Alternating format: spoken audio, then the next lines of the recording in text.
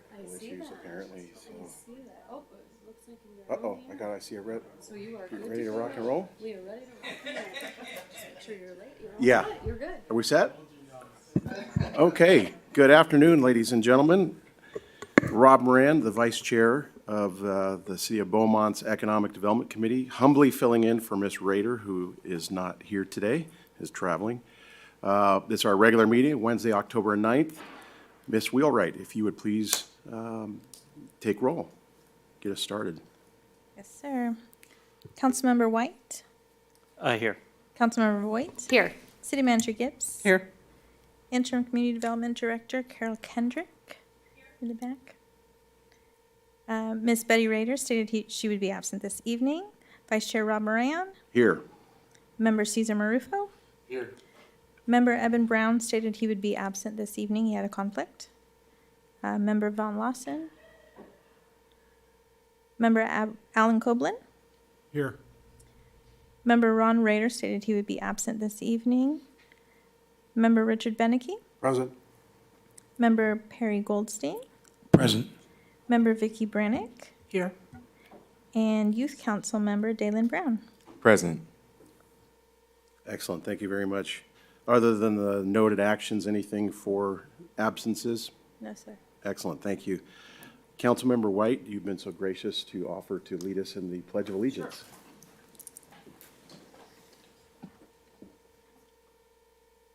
Ready, begin. I pledge allegiance to the flag of the United States of America and to the republic for which it stands, one nation, under God, indivisible, with liberty and justice for all. Thank you very much. Ms. Wheelwright, any adjustments, modifications to the agenda? None that I have. Excellent. And any conflict of interest disclosures? Doesn't look like it. Excellent.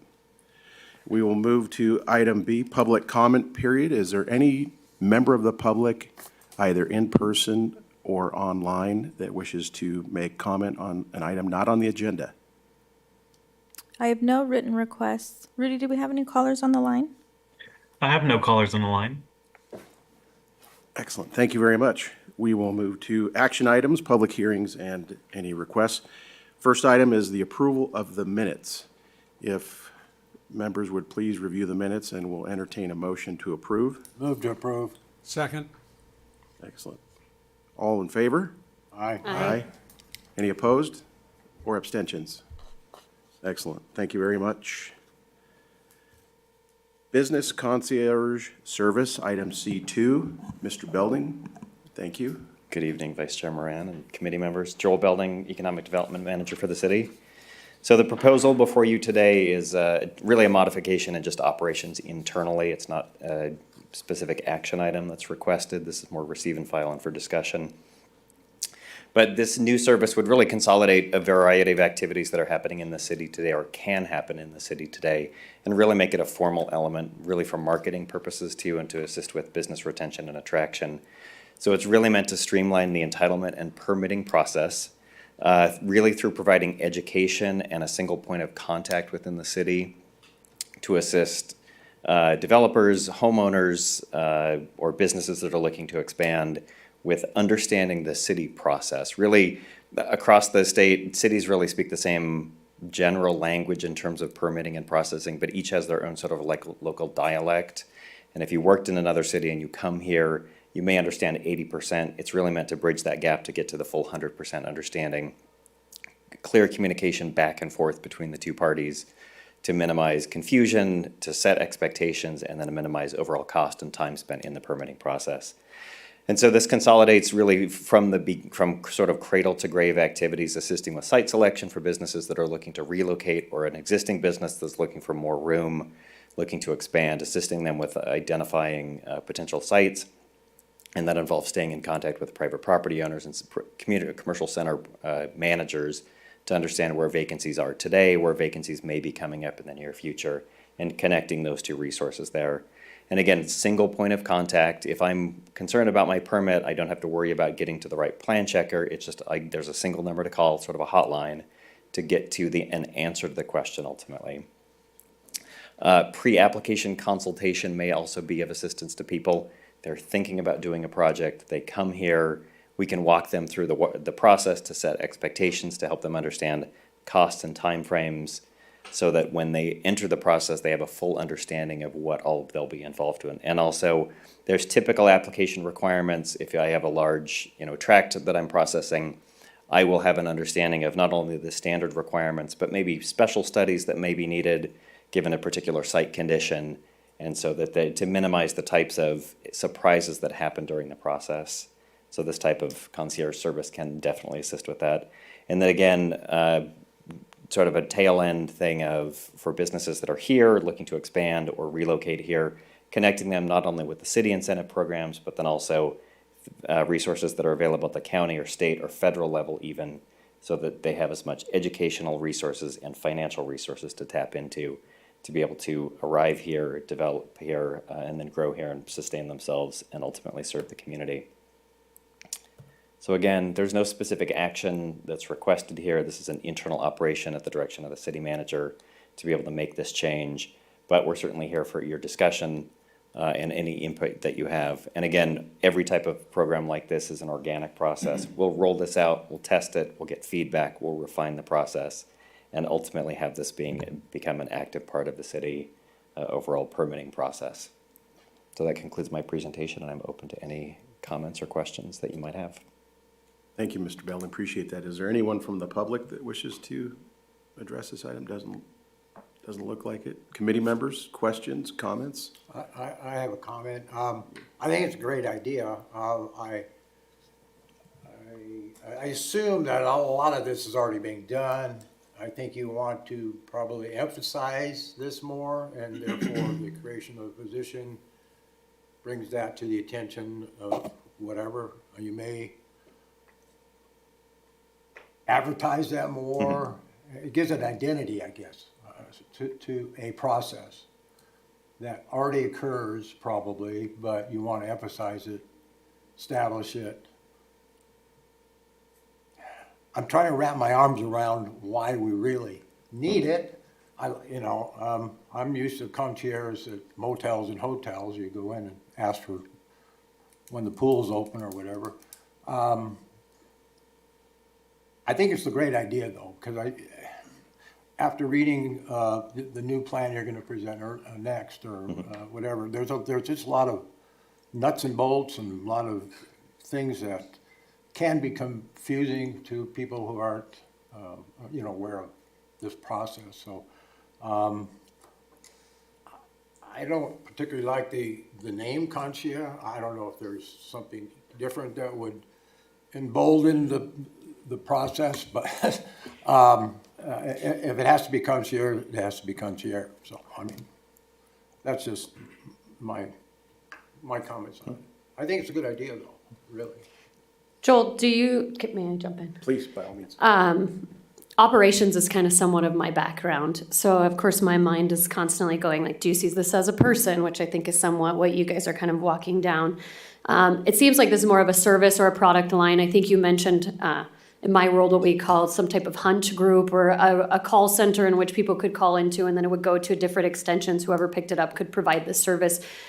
I see it as a single phone number to contact. Is that more of what you're thinking? So it would be a single phone number, the potential or current businesses would contact versus calling the city, getting an operator and trying to thumb their way through whoever can answer. Is that kind of how you see it? Yeah, I would see a variety of people being able to fulfill this function. It's really creating this as a formal process that then is broadcast to the development community, to homeowners even, just to say, instead of trying to find your own way through the city, call this number and then we'll walk you through that process. And it's really, I think that upfront engagement is probably the most important part of this. Yeah.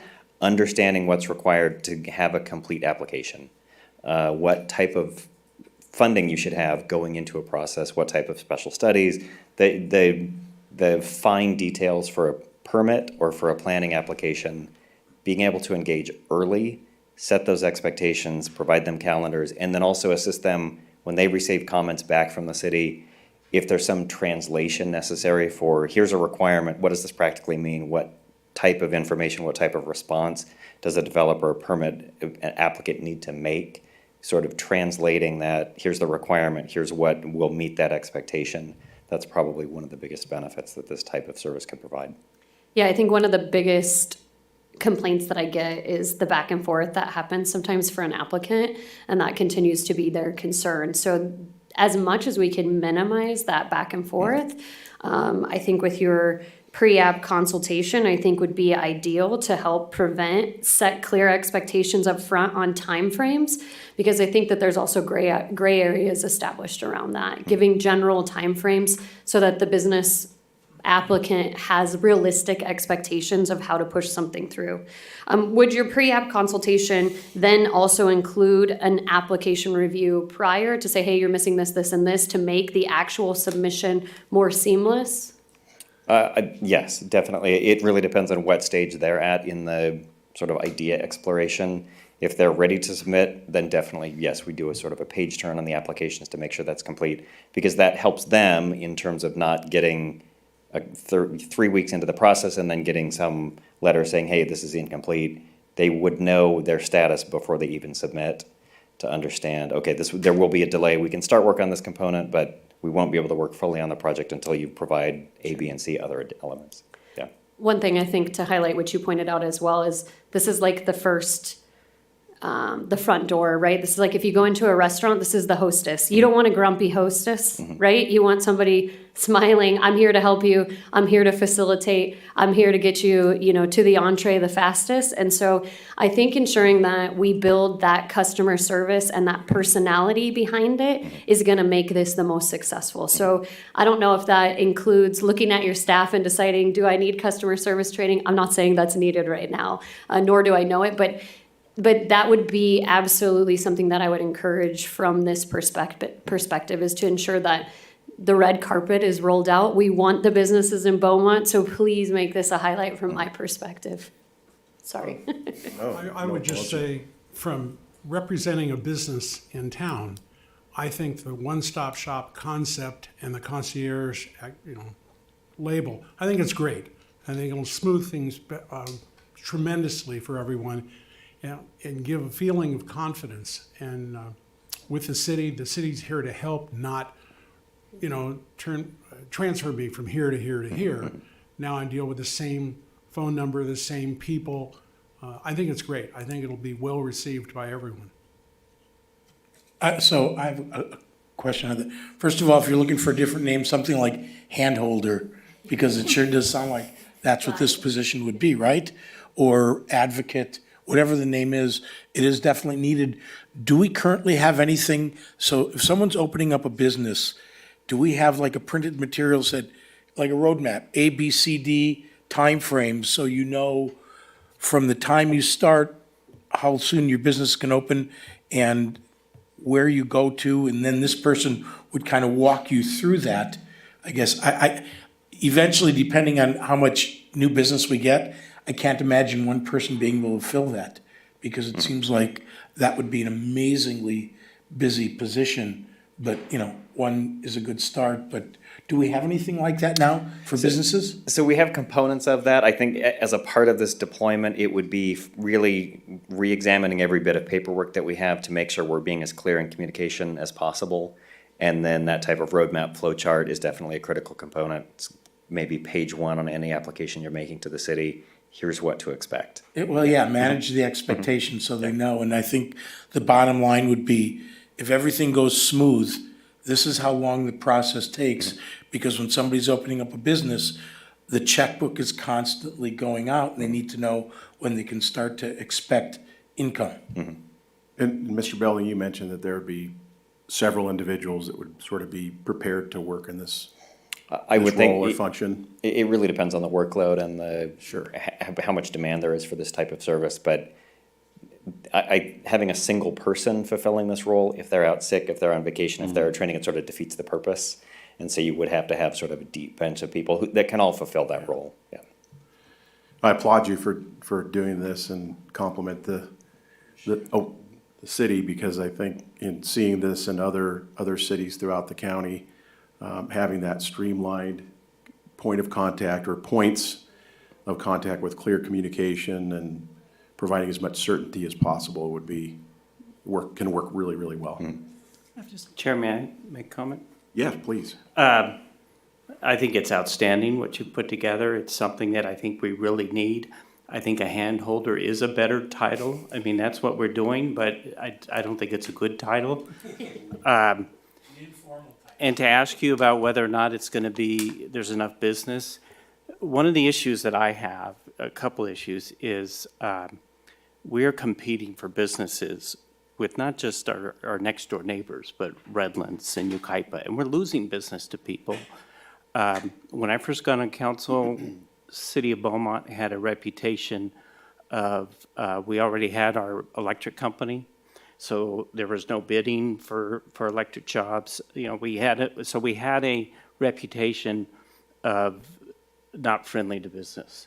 And I'm hearing that a lot more now. And one of the issues that I have is I get calls from people who should be calling a concierge or someone at the city, not me, but they're having problems with permits getting through. And often what we find is that there's a lot of time in between the different steps going, you know, submitting your plans, getting your plans checked, getting them approved, the back and forth. And I think a lot of times what happens is the business owner is not in a position to understand all of the steps. And I think it's important that you have someone that they can call in the city that says, oh, yes, you did step 2, we're on step 3, we'll have step 4 ready for you when the time comes up. I think that's one thing that's really important here, because we are losing people. We're losing businesses that are opening a second location in Yucaipa, and when asked why they didn't open it in Beaumont, where we have a bigger need for those kinds of businesses, their response was, well, I can get it up and running in 6 months in Yucaipa. And I think that's important, that we need to send a message to the businesses, both our existing ones and the ones we're trying to attract, that we're going to hold your hand. We're going to get you through the process. I think some of the changes staff has made recently, the, what do you call it, DRC? The review committee. I think you mentioned in the last council meeting that we were going to start including the business or the applicant. And I think that'll go a long way to manage their expectations and let them understand where they are in the process. We'll have our first applicant attended meeting tomorrow. Great. Yeah, so I think it's moving in the right direction. This is something, I like what you put in here. And as you pointed out, it's just the first iteration. And as you start working through it, you know, I think just bringing attention to the fact that we don't want to lose these businesses because they don't understand the process, or someone on one side has forgotten to follow up with the other side. And I think that's what we need to focus on, because there's plenty of business wanting to come to Beaumont, but we just need to get it in. So thank you, Joel. I appreciate what you did.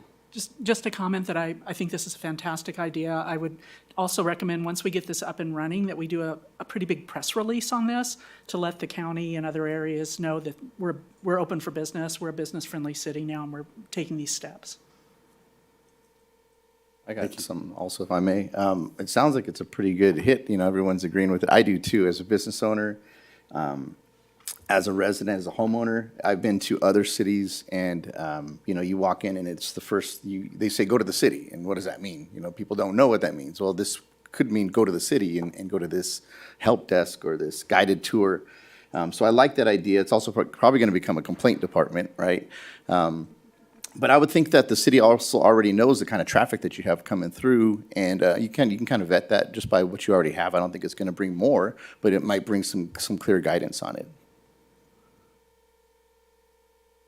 I have one last thing to add. My brain deals in metrics sometimes. So if we know our current length of time that it takes to get, and then we implement a concierge or a service, it would be nice to say from a marketing perspective, hey, with this new process, we've been able to shorten the time frame. As Councilmember White pointed out, some people state that the time's a little long. So that may be beneficial, or something that we could say, hey, we've heard you, we're moving in this direction as well. Great. Thank you very much, Mr. Belding. Ms. Wheelwright, it's receive and file, but we need a vote. No vote. No vote. vote, Okay, this is just a receive and staff. file. Yes. Excellent, thanks, Joel. And we'll move on to the Business Incentive Program update. You're back up. So last Tuesday, the City Council approved a new jobs-focused incentive program that's focused not on construction, which would trigger prevailing wage. This is really focused on the people inside those businesses. And so it's a forgivable loan process that would provide up to $20,000 per new job that's either being created for new businesses that are looking to relocate to the city or an existing business that's looking to expand. This would also qualify. There's a detailed guidelines that were sent to the City Council that are attached to the staff report also that walk through the exact application process. Every 6 months, we collect applications. There's a lottery system to maintain objectivity. The grants are awarded, and then there's a commitment to maintain those jobs for 1 year. So this is something we're going to be marketing. We'll publish the guidelines next week and then begin to market those. There's a couple months before this first application cycle is due. That's in the beginning of February, to be able to allow people time to learn about the process, prepare the types of applications that we need. There's a business plan that's really sort of the core element of this that explains who they are, what they do, and what they intend to do over time. And then there's a scoring matrix in the attached guidelines to get to successful applications. And really, the jobs incentive is focused. There's priority scoring for people or businesses that commit to hiring Beaumont residents and that commit to hiring veterans. And there's also certain classes of jobs, high-wage jobs or jobs in the downtown that are also prioritized to help the city really focus in on its economic development strategic plan goals. The program is also scalable. It's not limited to one job. There's actually no cap on the number of jobs. There's obviously not unlimited funding for the program, and so there is ultimately a stop point for requests. But this will allow businesses of larger size that are a high priority to the city to be able to take advantage of the program. And then ultimately, the funding agreement, the actual application process would come to the City Council for final consideration. Staff is not in a position to say yes or no to any of these applications.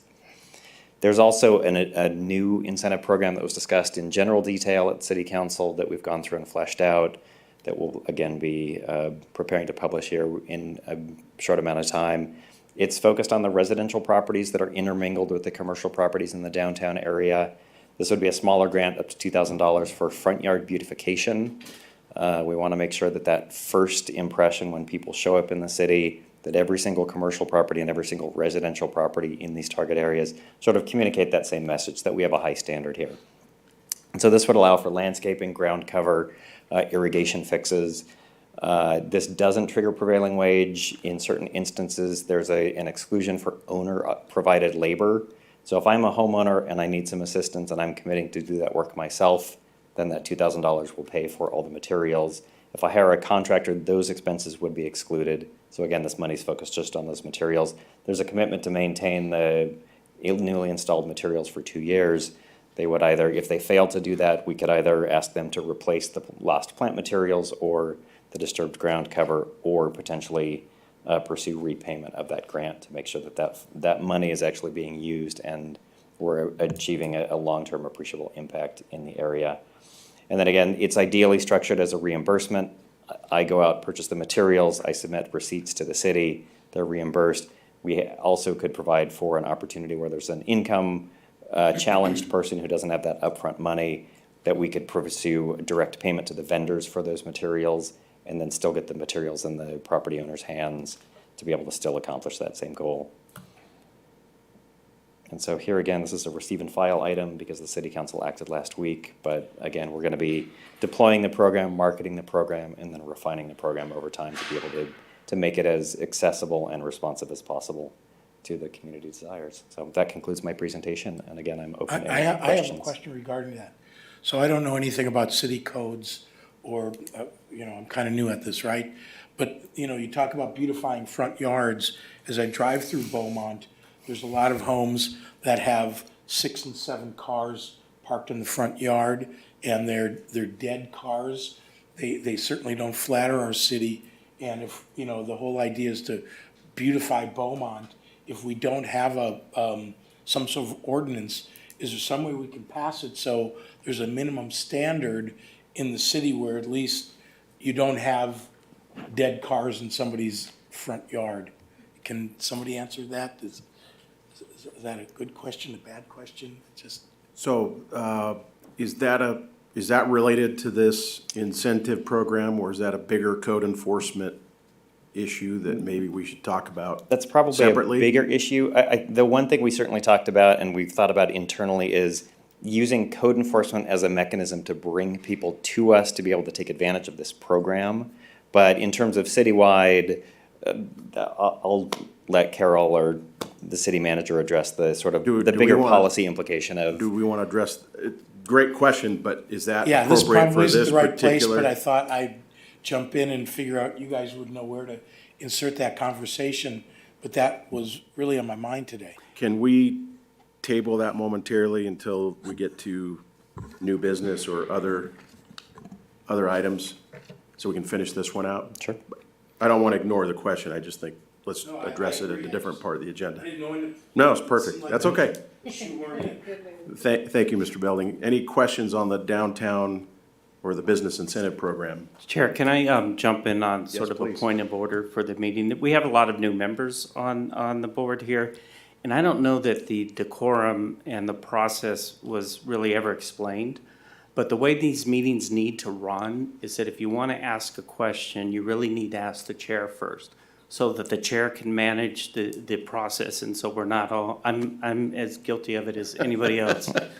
We're not all just jumping in and having an open, free conversation. So I just wanted to bring Am I that being up. too nice? What's that? Am I being too nice? No, you're not. No, you're not. But I think even for us on council, sometimes it's sort of awkward to say, Mayor, I'd like to speak. But it keeps the meeting moving in a direction. Absolutely. That the chair would like it to go. Sure, sure. Are there any questions for Mr. Belding? Mayor, or not mayor? Well, hey, I gave you a raise already. You said that earlier. All right. I don't know Chair, if I want that job. Chair, if I Member White, may. please, go ahead. Absolutely. I was looking at the point system that you kind of have outlined in there. My thoughts on the point system is just to make sure that we have it kind of established, it says jobs created, you have 40 points on there, but just kind of knowing on how that's gonna be tallied, and then if it is coming to council, it'd be nice for that to be tallied ahead of time, so that we have that information for us, so that we can kind of gauge based off of what you guys have done. And then my assumption is that the economic development employees would be the ones that are reviewing that application. I just want to make sure that there's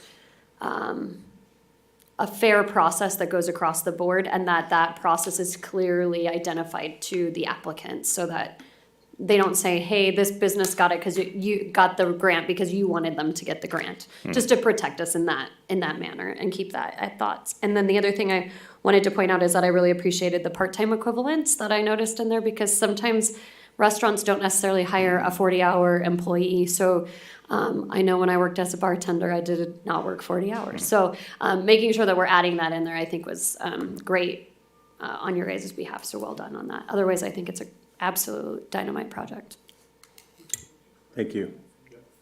Yes, please, go ahead. Thank you, Mayor. I wanted just to clarify, I think I read in here earlier that the residential part of it was relating to either properties that were dual zoned or in a specific area and not just all over Beaumont. It was for a certain area. Is that correct? It's in the downtown area. So that we have a map of the downtown incentive zone that defines, it's really along 6th and Beaumont up to 8th Street. And so it's targeted right now to make sure that the money sort of has the biggest impact. And so yeah. And Mr. Belding, to add that, and Councilmember White mentioned that there's new members on the committee that maybe haven't seen this program before.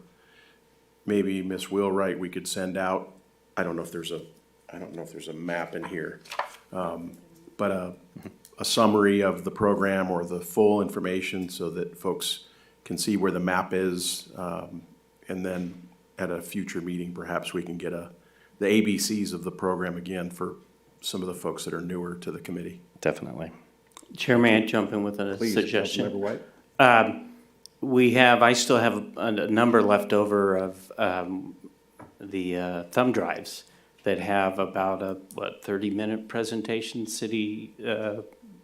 the one that we've seen here in economic development, one we've seen in council. So I can, if we don't have any more from the city, I have extra that I didn't hand out. So they're very good. I don't know if there's a link on the website to that video somewhere. Don't we have the economic website? We do. And it's probably on there, I would think. I don't know. There's a lot of information on there, but I need to confirm if that's on there. Right now. Yeah, because Yeah. it lays out the area, perfect. it gives you the vision of what we're looking at, like we want it to be in 10, 15 years. Absolutely. Thank you, Councilmember White. So, Mr. Belding, one way or the other, whether it's a link on the website or if it's a presentation of some sort, if we could share that with the committee, I think that would be very informative for folks. So, Definitely. Thank you. Any other questions? I have Yes, one sir. more, if I may. Yes, please. Is there a cutoff time, so to speak, or is this a rollover from one year to the next? It really depends on how long funding's available. And so the more people that take advantage of it, the shorter the time frame is. And then we'd come back to council to say, hey, great, we've, had these applications and the city council would certainly seize each individual funding application. And so it would be the next funding application, we would say, hey, we've depleted this amount of funding, and then it would be at the council's discretion whether they would provide additional funding or not. Thank you. Mr. Chairman? Yes, Member Bedeke.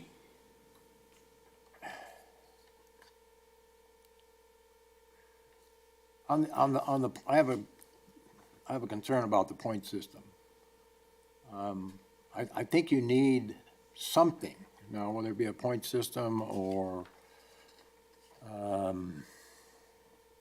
another way to establish priorities. You got 40, 10, 10, 5, 15, 10, 5, 5. I mean, do you have to have 50 points to be considered? Do you have to have 75 points to be considered? Obviously, you put a high priority on job creation and retention, and because 40 points is a lot of points. I just don't understand, if I'm an applicant coming in, do I have to try to get, I guess I try to get as high a point standing as possible to be considered for grant funding? Is that? So Purpose? the scoring matrix in there is sort of a pre-application process, and then the people that score highest in there would be asked to prepare to invest more time and effort to prepare the full application. The full application requires a very detailed business plan to make sure the city's investing in a business that knows how to operate a business. This isn't someone just that has an idea and that's looking for funding. And so that pre-scoring is a part of just getting in the door.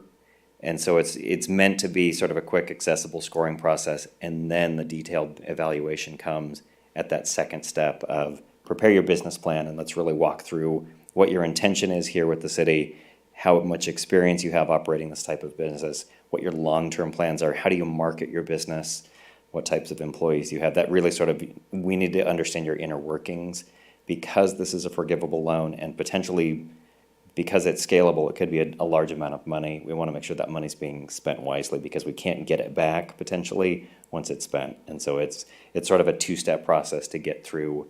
We're inviting you. You pass that initial screening to be invited to participate fully in the Now, program. if I go through this screening and I don't pass it, do I get a second chance? Or, I mean, do I get any evaluation by somebody in your department saying, well, you were close, but, you really didn't meet this, or this? And then do I have an opportunity to maybe go back and relook at my business plan or reevaluate what I'm doing and resubmit? We can certainly look into that. That's not contemplated right now with the structure of the guidelines, but that is, again, the point is to get the money in the community and to create jobs. And so if we need to refine that process to allow that, hey, you didn't score high enough this time, but we have this correction period, make these adjustments, and then you can get into the process. So you said not score high enough this time. What's that score? So it's right now structured at 70 points. Okay, that's what I was getting. 70 points. Okay. But again, that's me at my computer sort of assigning, the threshold has to be at a certain level. It can't be impossible to reach, but it can't be too low that we have 25 applications maybe. And so again, this is an organic process. We'll learn from each round of applications that we have and then sharpen the program. Okay, thank you. Councilmember Voigt? Yeah, one thing to note on there is, I don't disagree with it. I don't necessarily agree with it either, but there's a high wage employee on there. Most restaurants, are gonna be a minimum wage. So, just something to think about. Like I said, I don't think I necessarily, I can understand having an incentive for a high wage though, because we may wanna, that's gonna be prosperity, so. Chair, may I make another comment? Councilmember White, please. Okay. First of all, I like the scoring categories because I think each one of them is one of our goals. Everything that you got in here is a goal that city council set out. We want certain locations, we want certain jobs. I was at a recent meeting, or a presentation, and I'm not telling you anything you don't know, but, there are no high-wage jobs in general in Riverside County. That's the problem we have. We have one of the lowest, I'm not sure which metric it would be, but we have very few high-wage jobs, and I think those are what you need. I get often asked by other city council members, where are your $1 million homes in Beaumont? And we don't really have $1 million homes, but the $1 million homes bring the kind of people that will bring in the kind of commercial and retail that we need. So I think I don't remember the high wage focus in the council presentation, but I think that's something that we really want to do, because to get to the next level as a city, I think you need to have some high income jobs to support your economic development. Just my amateur opinion, but anyways, that was it. Thank you. So Thank you, just to comment on that, we have high wage workers in the city, but they're Not- traveling, and Yep. so and I think the city council's communicated that very clearly, bringing those jobs closer, because the 60 freeway and the 91 freeway is communicating very clearly that the people that live here are traveling to get those high wages and then coming home for affordable housing, and then the quality of the community too. And so it's syncing up and making sure that those people that are performing high wage jobs somewhere else can then work in their community. Well, and also less people that are driving to other counties is going to help our traffic, if we can keep them home, so. Thank you very much, Councilmember White. Thank you. Thank you. Mr. Belding, appreciate the report. Thank you. Let's move to updates of projects from city staff. Beaumont Nights update. I'll turn it over to Mr. Doug Story here. All right. Thank you very much.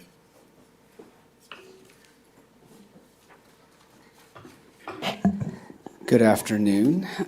Good afternoon. Welcome. Thank you.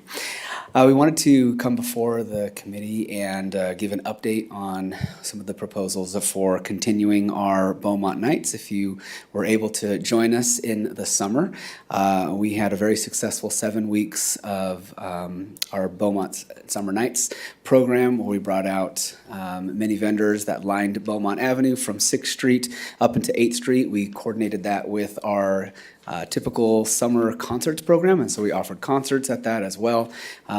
If you weren't able to go, it was a wonderful 7 weeks. It was a lot of hard work, but it was a lot of fun for our community to come together and be able to really highlight some of the great things happening in downtown, talking to some of our local businesses who were set up.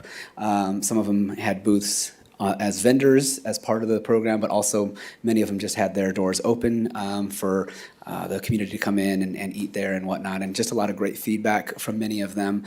So we took an update to council, presented how the summer program went, and as part of that, council asked for us to find ways to creatively continue doing that. And so in partnership with Joel and Joe and their department, we're trying to figure out ways that we can continue to offer these types of events throughout the year. One of the options that we have right now is to partner our Beaumont Nights with some upcoming programs and upcoming events that we have. And so if you remember from last December, it was suggested that we try to bring in a winter component to Beaumont Nights. The one great thing will be that the weather will be certainly cooler than it was in July and June out there. But we would like to partner this with our Blizzard Bash program. And so Blizzard Bash was an event that we held on a Saturday here at the Civic Center, and we did bunch of games and different things outside. We had a concert outside. If you did attend that event, it was probably one of the windiest days that I've ever experienced in Beaumont. And we moved some things inside. We had an ice skating rink that we moved into the gym and some different things as well. So at that event, we are going to move all of those festivities onto Beaumont Avenue. And as a part of that event, incorporate and bringing back the vendors and open up the street so that vendors can be set up again. And then we'll offer the same things that we had at the Blizzard Bash here at the Civic Center, but we're going to move all those things over to Beaumont Avenue. The end of the night will conclude with our regular Beaumont Christmas Lights Parade, and so that'll happen from 12th to 8th Street, so we won't go all the way down to 6th. We're going to change the route just a tiny bit to move them around the vendors, but still be able to offer that as well. And so our goal in this is to be able to present the opportunity to the community to continue the success of Beaumont Nights, pairing that with some of our programs that we have. We wanted to present that to our committee tonight and just allow for some feedback and for some comments if there were any as we begin to prepare and make advertisements and all the things that go along with pulling this event off. And so we're excited to offer this. And I think as 2025 rolls around, we're going to be discussing as a staff on what it looks like moving forward into the spring and the summer and bringing Beaumont Summer Nights, I guess we wouldn't call it Summer Nights, but Beaumont Nights into a regular programmed thing that we will do for our community. So with that, that's where we're at. That's what we're looking at. The date of it would be December 14th. There's a lot of things going on in December in our community. The 7th is the district, the Parks District.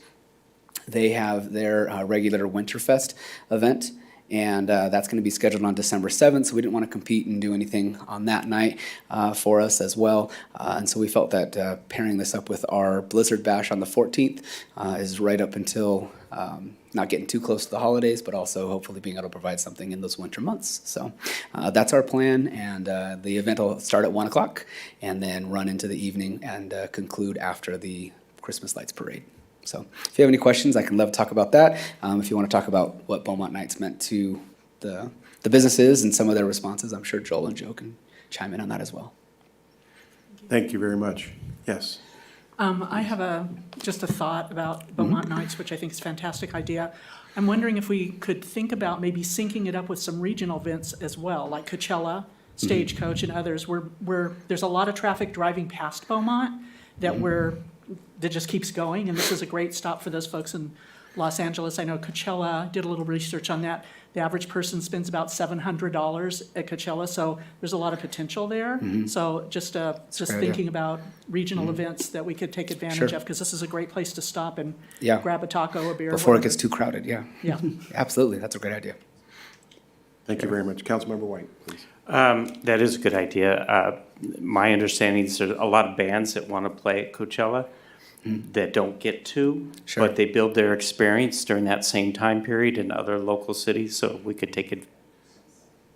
So can you just give me a little bit more of the timeline? So in other words, you can have Winterfest, you're going to have the Blizzard Bash, you're going to have the parade, and you're going to have the vendors.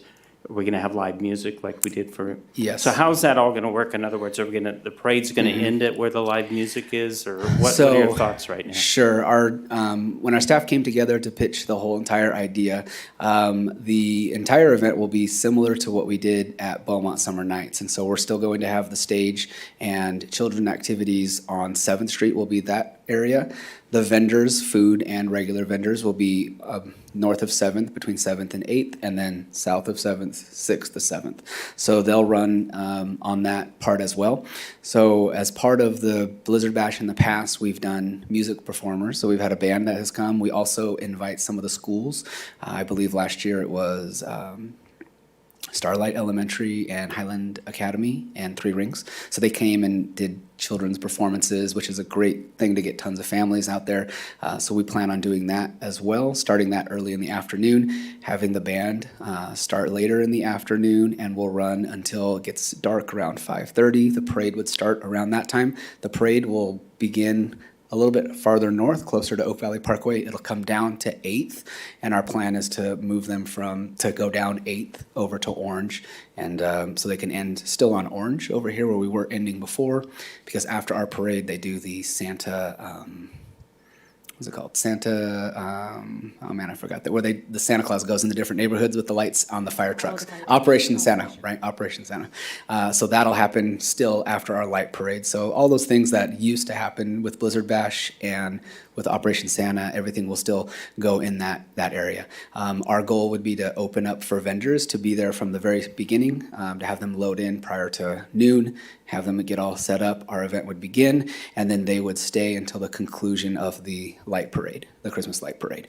And the Christmas light parade runs maybe an hour, and so we were thinking about having the whole event end probably about 8 o'clock, and that still gives an hour after the light parade is over. We think there'll be a lot of residents who will even come out then, give some more opportunity for some of the vendors and from some of the businesses to interact with the community as well. Thank you, and I know you're updating status on some projects.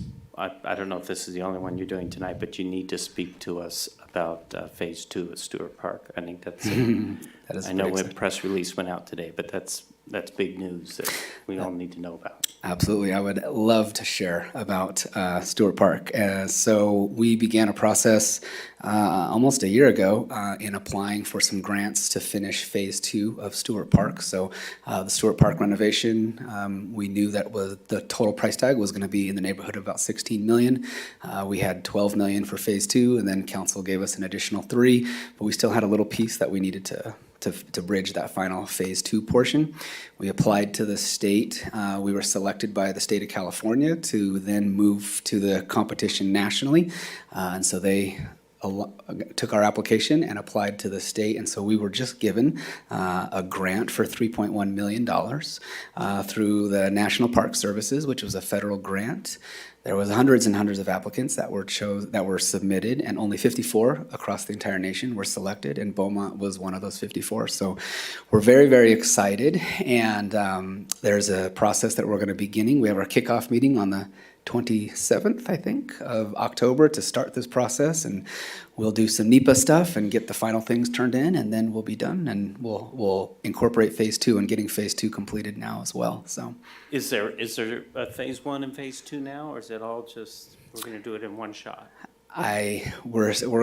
we have to go through and make sure that we can still add that to their contract, and we don't have to. When we originally went out to bid, we did have all the contractors already submit numbers for what Phase 2 would be, and so we already have bids for Phase 2. So I believe, but I'll let the city attorneys make sure that we're all in line and everything is good, but I believe that we've done everything we need to do, and so we should be able to just roll this into it. It'll extend the construction period a little bit longer, but we should be able to not have to bring in another contractor or stop things and then start again or anything like that. It should just roll into everything. Thank you. Yes, but big, great news for our community. Very happy. Thank you for the update and congratulations on Yep. that. That's exciting news. So I believe, do we have any other? Yeah, I'd just like to make one Councilmember comment Ray, if we yes, can. Yeah, absolutely. Well, of course, now it just left me. Blizzard Bash, that's what I was going back to. I appreciate the thought to allowing people that come out for the parade to be able to still spend some time back through the vendors. I think there's huge opportunity for that there. And so I appreciate that. I'm very excited that we're bringing it back. I know the vendors that I have talked to are so excited to have it back. And the businesses have said the same thing downtown. So thank you guys for getting creative. I could not figure out how you were going to do the light parade, so I appreciate letting us know how that was going to work, because I could not figure it out in my mind. I thought you were going to block off right here and leave Beaumont Avenue open and then close it. So thank you for that. I appreciate it. And congratulations on Stewart Park. That is so exciting. Very.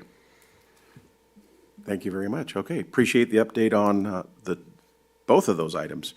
We'll move to reports, but what I'd like to do is typically we'll have members provide updates on things that are happening related to economic development or in the community. But I'd like to go back to the question of code enforcement. We'll maybe slide it in under this area.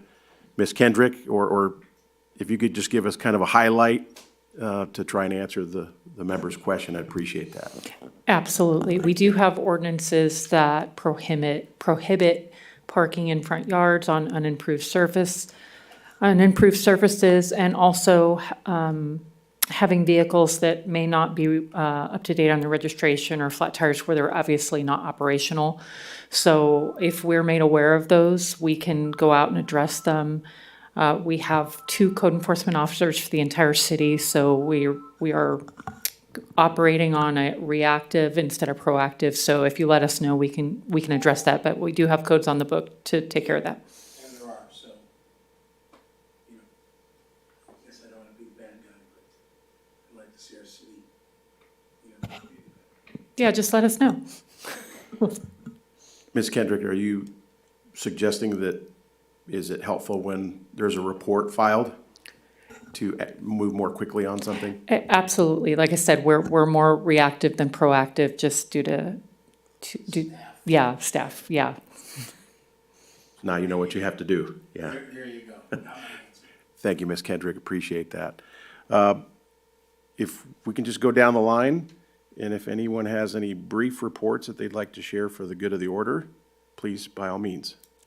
I have just a quick update.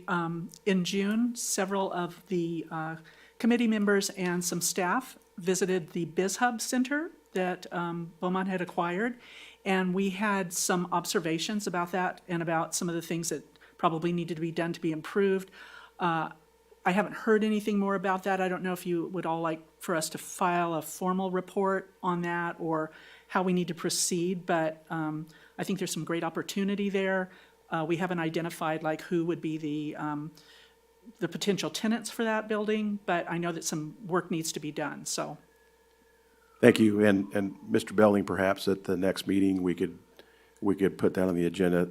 We just had a discussion this morning between the county, Mount San Jacinto College, and the city. So there's bi-weekly meetings that are taking place to get that thing moving. So that, maybe for the November meeting. May I ask a we quick could question, put the- BizHub? Who actually owns it and manages it? Is us? Is it the county? No, it was acquired using county funds, ARPA funds, Rescue Plan Act funds, but through the city of Beaumont. So the city of Beaumont owns it, and we're working on the operational components to it with Mount San Jacinto College, because they're going to be the ones operating the business service side of it, along with other partners, but Okay. in a nutshell. Thank you. Any other? Great. No, I'm good. I have nothing either. Nor do I. Moving right along. Nothing here. Boston Pizza is rocking it. Awesome. They actually, we have a guy in our community that does karaoke, and he's brilliant. They have him coming on Tuesday nights and doing karaoke on the patio, and it packs the patio. I was there for dinner one night, and the owner came up and introduced herself and just thanked us for supporting the business. We tried to go for dinner Sunday night, over an hour wait. It's good news. So please let the people at Boston Pizza know we appreciate them, and not to give them competition, but there's obviously a need for that type of business in the city, and we think that we got a model to go after. Thank you. And for our youth council member? If I may, Mr. Chair. Oh, yes. Boston Pizza is so successful, they're already talking about a second location. Unfortunately, it will not be in Beaumont, but the personal good news is they asked me to represent them. So, and I am planning on bringing another food establishment, more of a fast food, into the city. I hope that by the end of this week, I'll have a presentation to make to staff on one sit-down restaurant to come in. Thank you. For our youth council member, would you please just briefly introduce yourself and Yes. tell us where you're from? And Well, I'm not from here, so I just moved here in January of this year. I've only been here. Yeah.